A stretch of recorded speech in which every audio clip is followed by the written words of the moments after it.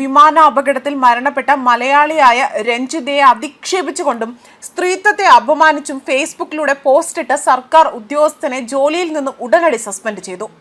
കഴിഞ്ഞ ദിവസം നടന്ന വിമാന അപകടം അതിലുണ്ടായ ഏറ്റവും കൂടുതൽ വേദനാജനകമായ ഒരു മുഖം തന്നെയായിരുന്നു രഞ്ജിത.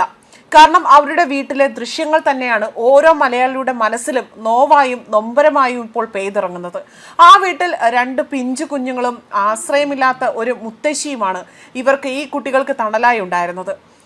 ഈ 2 കുഞ്ഞുങ്ങളുടെയും ചിത്രമായിരുന്നു ഓരോരുത്തരുടെയും മനസ്സിൽ വളരെയധികം വേദനയായി തന്നെ നിറഞ്ഞു നിന്നതും.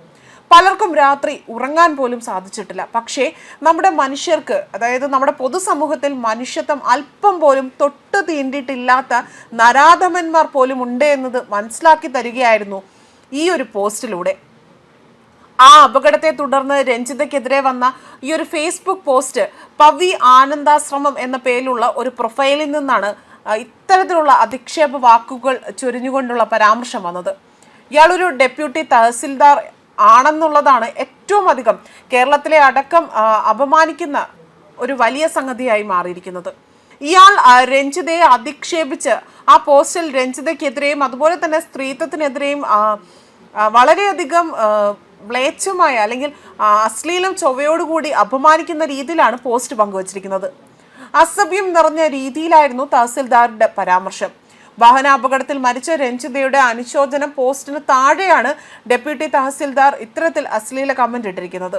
പോസ്റ്റ് വിവാദമായതോടെ തന്നെ മാപ്പപേക്ഷിച്ചുകൊണ്ട് തഹസിൽദാർ ഫേസ്ബുക്കിൽ ഇട്ടിരുന്ന പോസ്റ്റ് ഡിലീറ്റ് ചെയ്യുകയാണ് ഉണ്ടായത്.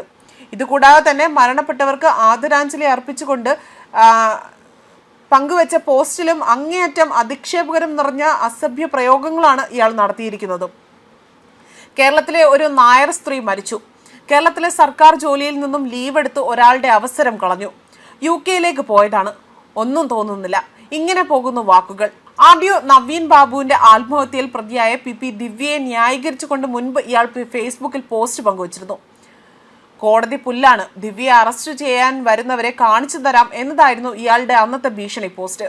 മുൻപ് മന്ത്രിയെ അധിക്ഷേപിച്ചതിന് 6 മാസത്തെ സസ്പെൻഷൻ വാങ്ങിയ ആൾ കൂടിയാണ് പവിത്രൻ. അതുപോലെ തന്നെ മുൻപ് റവന്യൂ മന്ത്രിയും മുതിർന്ന CPI നേതാവുമായ ചന്ദ്രശേഖരനെയാണ് ഇയാൾ അന്ന് അധിക്ഷേപ വാക്കുകൾ കൊണ്ട് പോസ്റ്റ് ചെയ്തതും. അതേസമയം ഇപ്പോൾ രഞ്ജിത അവസാനമായി ചാറ്റ് ചെയ്ത ഉറ്റ സുഹൃത്ത് ധന്യമായിയാണ് എന്ന് തെളിയിക്കുന്ന ചാറ്റുകളാണ് പുറത്തു വന്നിരിക്കുന്നത്. വർഷങ്ങളുടെ സൗഹൃദമാണ് ഇരുവരും തമ്മിലുള്ളത്. കഴിഞ്ഞ ദിവസം അതായത് ബുധനാഴ്ച ദിവസം ഇറങ്ങുകയാണ് എന്നും വ്യാഴാഴ്ച കണക്ഷൻ വിമാനത്തിനായി കാത്തിരിക്കുകയാണ് എന്നുമുള്ള വിവരങ്ങൾ രഞ്ജിത ധന്യമായി പങ്കുവയ്ക്കുകയാണ് ചെയ്തത്.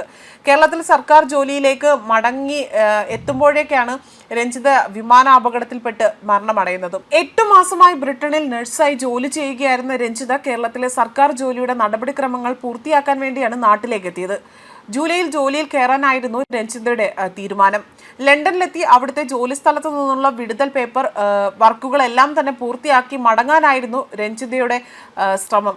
അതുപോലെ തന്നെ വൃദ്ധയായ അമ്മ തുളസി, ചെറിയ കുട്ടികളായ ഇന്ദുചൂടൻ, ഇത്തിക എന്നീ മക്കളാണ് വീട്ടിൽ രഞ്ജിതയ്ക്കുള്ളത്.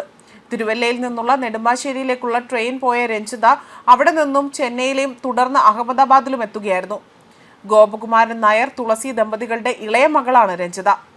പന്തളത്ത് നഴ്സിംഗ് ബിരുദം നേടിയ ശേഷം രഞ്ജിത ഗുജറാത്തിലെ ആശുപത്രിയിലാണ് ആദ്യം നഴ്സിംഗ് ജോലി ആരംഭിക്കുന്നത്.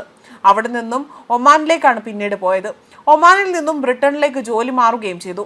5 വർഷം മുൻപ് പത്തനംതിട്ട ജനറൽ ആശുപത്രിയിൽ സർക്കാർ ജോലി നേടിയ രഞ്ജിത ദീർഘകാല അവധിയെടുത്തുകൊണ്ടാണ് വിദേശത്തേക്ക് പോയത്. രഞ്ജിതയ്ക്ക് 2 കുട്ടികളാണുള്ളത്. മകൻ 10ാം ക്ലാസ് വിദ്യാർത്ഥിയാണ്. മകൾ 7ാം ക്ലാസ് വിദ്യാർത്ഥിനിയുമാണ്. ന്യൂസ് ഡെസ്ക് കർമ്മ ന്യൂസ്.